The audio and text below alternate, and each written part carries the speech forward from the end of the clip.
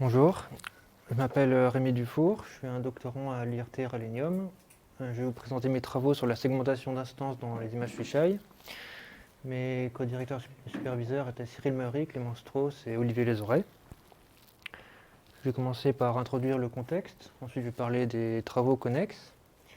Je vais présenter la méthode que je propose et les expériences que j'ai menées pour évaluer cette méthode.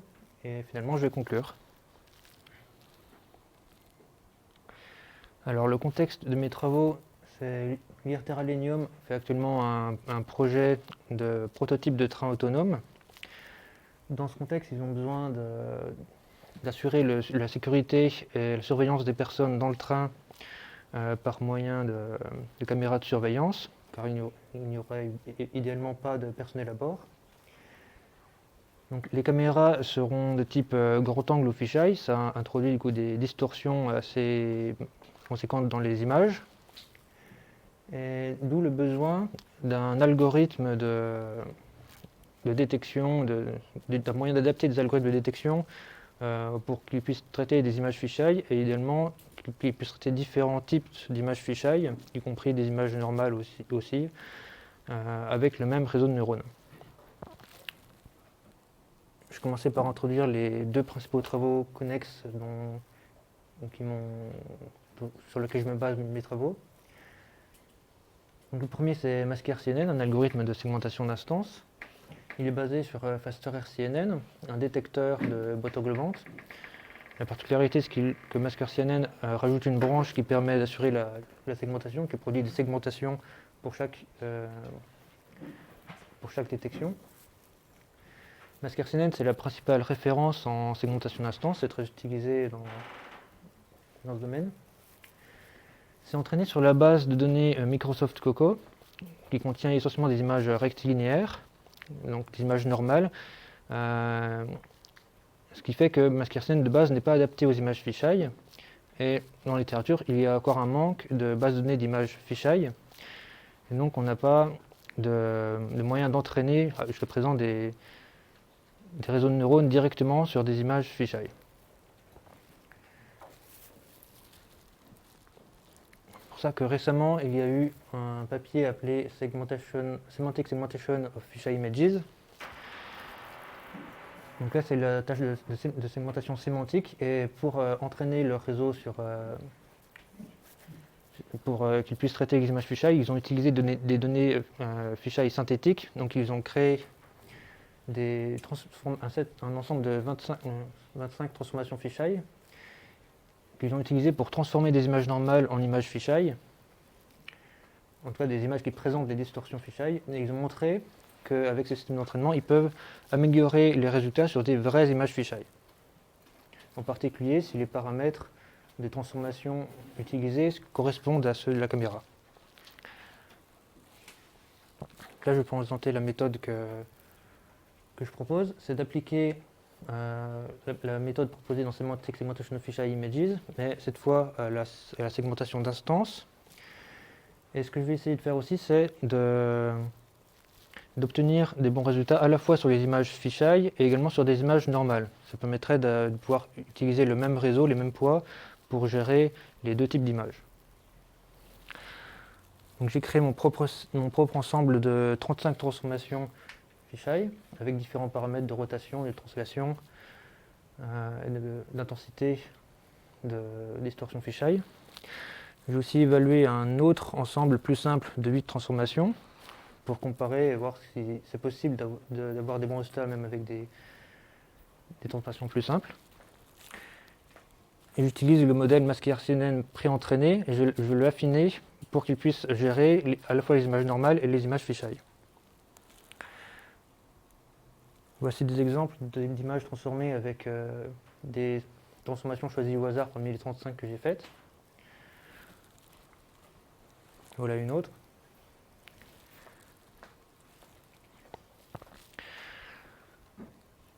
Donc la première chose que j'ai essayé de vérifier, c'était l'impact du pré-entraînement sur les images rectilinéaires. Parce que j'avais deux choix disponibles pour le réseau de base à utiliser pour ensuite affiner.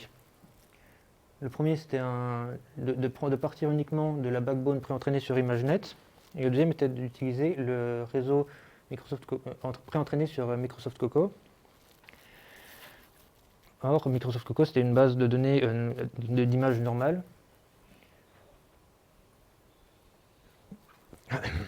Pardon. Le stress.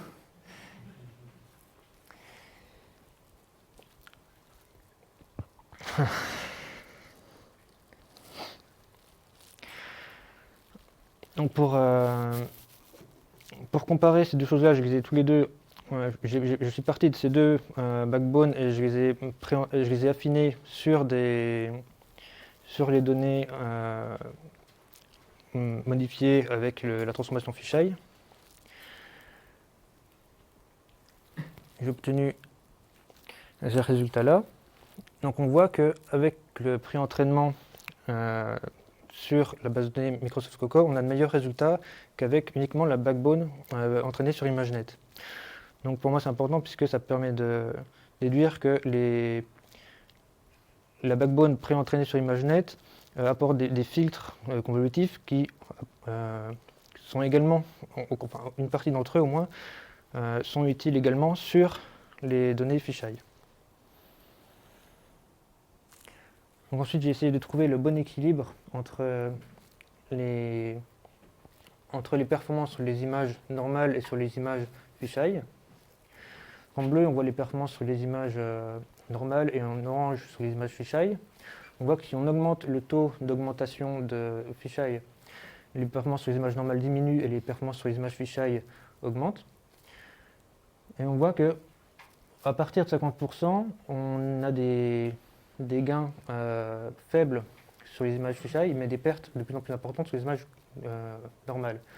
Donc ce que j'en déduis, c'est qu'on peut avoir un bon équilibre en prenant 50% d'augmentation et avoir des performances satisfaisantes sur les deux types de données.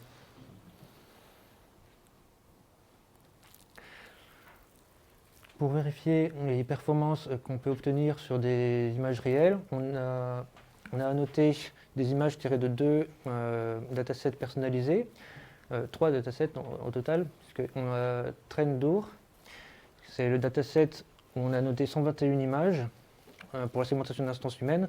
On a construit à partir de ce dataset-là Trendour-Hog en faisant un miroir vertical, car comme les personnes passent verticalement, elles passent et la vidéo est présentée verticalement, et donc en faisant un miroir vertical, on a une même quantité de personnes orientées verticalement et donc sens inverse. C'est important pour la suite. Voici des exemples d'annotations qu'on a réalisées pour cette base de données. Ensuite, pour la base de données Valbos, cette base de données, c'est 60 images qu'on a annotées, donc des images qui étaient tirées d'images de vidéos de surveillance de métro, qui étaient obtenues avec des acteurs qui ont joué des scénarios dans les métros, qui peuvent se produire dans les métros. On les a annotées là aussi pour la segmentation d'instances humaines. Donc à partir de ces trois datasets, on a fait des évaluations sur ces trois datasets. On peut comparer ici les performances de la référence Mascarcinen pré-entraînée sur les images normales et ensuite notre version entraînée, affinée sur les images fisheye artificielles. On voit qu'on a bien une augmentation sur les données de Trendour et Valbos qui est un dataset très difficile, on n'a pas obtenu de très bons résultats.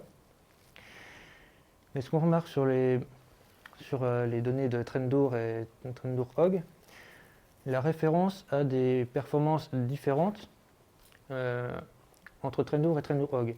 Et ça, je suis l'hypothèse que c'est du fait que la référence est entraînée sur des images normales, dans lesquelles on a principalement des personnes qui se tiennent la tête en haut, les pieds en bas, alors que dans la base de données Trendour-Hog, où on a une quantité égale de personnes dans le sens correct ou dans l'autre sens, on a des résultats plus faibles. alors qu'avec l'augmentation qui implique des rotations différentes, on a une amélioration. Donc, ce qui m'a fait dire que une bonne partie des améliorations qu'on obtient avec l'augmentation fisheye, c'est peut-être que voilà, grâce à la rotation, on peut gérer ces cas de personnes à l'envers. Donc on a, oui. Donc on a créé une nouvelle référence, on l'a appelée AlvFlip, parce qu'on l'a entraîné à partir de la référence en utilisant juste une seule augmentation, l'augmentation de miroir vertical. Et on remarque qu'on obtient une bonne partie des améliorations obtenues avec les augmentations fisheye sur ces données-là. L'augmentation avec 35 augmentations fisheye obtient quand même des améliorations, mais on a également essayé du coup l'ensemble de 8 transformations dont j'ai parlé plus tôt, qui est plus petit, plus simple que les 35 transformations fisheye qu'on avait vues précédemment, et qui obtiennent au final de meilleurs résultats que les 35 augmentations fisheye. Ce qui fait dire que dans cette stratégie d'augmentation de données, il n'y a pas forcément besoin d'avoir une grande quantité de transformations différentes. Une petite quantité de transformations pas forcément très variées, avec des rotations, suffisent pour obtenir des gains importants. Voilà, je conclue là-dessus. Donc on conclut qu'un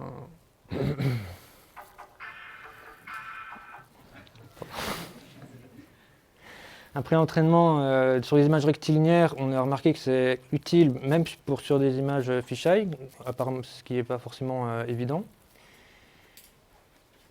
Donc utiliser un ratio d'augmentation de 50%, comme on a des gains de plus en plus faibles après, c'est un bon point d'équilibre pour obtenir des bonnes performances sur toutes les différentes modalités.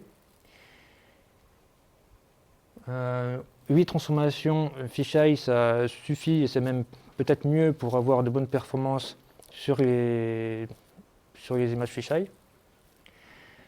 Cette stratégie, elle n'est pas spécifique aux tâches de segmentation. On peut probablement adapter d'autres algorithmes et d'autres types d'entraînement avec ce type d'augmentation. Ça ne nécessite pas de puissance de calcul supplémentaire à l'inférence. Donc on peut... ça ne nécessite pas de correction, par exemple, en plus de l'algorithme. On peut utiliser le même algorithme à l'inférence. On prévoit d'utiliser cette méthode pour d'autres algorithmes et d'autres tâches qui seraient liées à la sécurité des passages dans le train, comme la détection, le suivi de la pose de personnes, etc. Voilà.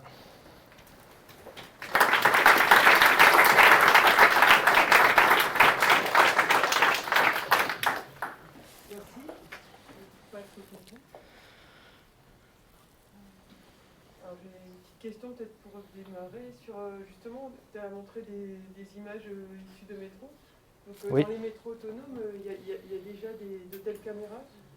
Et si oui, comment sont traitées ces images ? Cette base de données, c'était pas moi qui avais participé à la collection des données, c'était mon directeur de thèse avant sur un autre projet. Donc actuellement, je crois que c'est utilisé, mais je ne suis pas sûr à 100%. D'accord.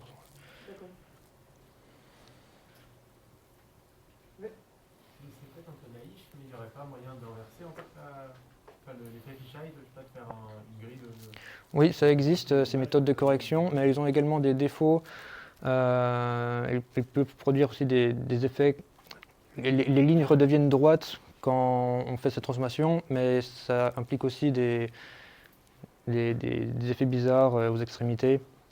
Et ça demande aussi plus de puissance de calcul en plus. Donc la même méthode ne peut pas être utilisée sur les images normales. Il faudrait faire un algorithme séparé.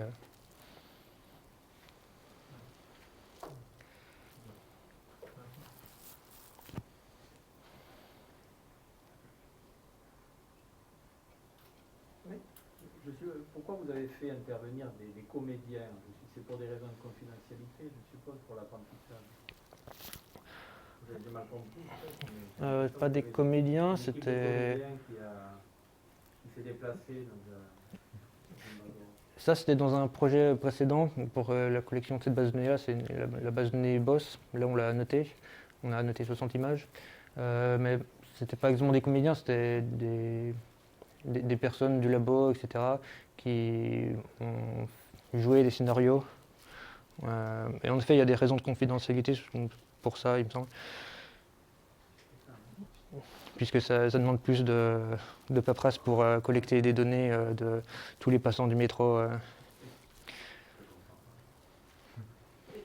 pourquoi tu as besoin d'avoir des images avec des personnes avec les têtes en bas? C'est typiquement ce type d'image? Donc les personnes avec les têtes en bas, ça arrive dans les caméras fisheye qui sont utilisées le plus souvent sur le plafond. Et du coup, les personnes peuvent être dans n'importe quel sens. D'accord. Tu as une question? Ouais, moi, j'ai le sentiment que les images fisheye, elles distordent assez profondément la géométrie. Oui. On ne pourrait pas directement utiliser ces distorsions géométriques. Et utiliser des méthodes, on va dire, qui sont un peu plus proches de l'apprentissage profond géométrique. Oui, il y a des travaux qui ont fait des choses comme ça. Par exemple, il y a un papier que j'avais vu qui avait séparé l'image en différentes sections, la section du milieu et les 4 sections au bord. Parce que la section du milieu, elle a moins de distorsion et chacune a des propriétés différentes. Du coup, ils utilisaient un traitement séparé pour chacune. C'était une méthode qui existe. D'autres qui appliquent des algorithmes de correction. Mais là, ce que je voulais essayer de faire, c'est un algorithme qui soit capable de gérer à la fois les images fisheye et les images normales sans aucun changement. C'était purement des images fisheye, il y a une distorsion géométrique. Essentiellement, qui correspond à une transformation conforme du plan vers une sphère ou une demi-sphère. Mais là, il y aurait quand même des intérêts à regarder ce qui se fait au deep learning géométrique pour voir si on ne pourrait pas directement utiliser ce type d'apprentissage. C'est vrai. Même notion, mais il y a un papier qui s'appelle Spatial Transformer Network qui est sorti quelques années maintenant, qui apprend une transformation géométrique appliquée sur les images à mettre en entrée pour optimiser la classification. C'est-à-dire que là, la transformation elle va être dépendante de l'image d'entrée en fait. Oui, mais là, la géométrie, on la connaît plus ou moins, c'est quand même un intérêt en soi. Ah oui, pour le coup, là, on pourrait exploiter un. Ouais, c'est ce que. J'imagine que Oui, ça peut être intéressant, mais là, la géométrie, c'est-à-dire. C'est-à-dire on a une transformation conforme et on a essentiellement une courbure qu'on peut calculer partout, d'ailleurs, elle est quasi constante. Et ça pourrait être intéressant d'investiguer le côté géométrique. En fait, si vous connaissez certains des aspects qui sont fixes, vous pouvez fixer certains des paramètres de données. Oui, ce serait. En même temps, je comprends bien que si on veut utiliser sur les deux images en même temps, c'était plus compliqué. Il faut sans doute que le réseau doit de façon doit sans doute apprendre à distinguer ces deux images. Ça doit faire partie de son apprentissage. C'est ça. De savoir si une géométrie plane ou une géométrie courbe. Oui. Il faut travailler de réseau en parallèle.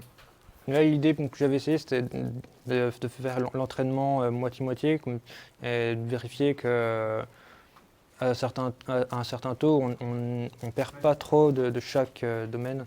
Ah, il y a plein de personnes. Je pense que ça va être un bon sujet de discussion pour la pause. Ouais. Donc, je vous propose, si vous voulez bien, d'arrêter là cette session.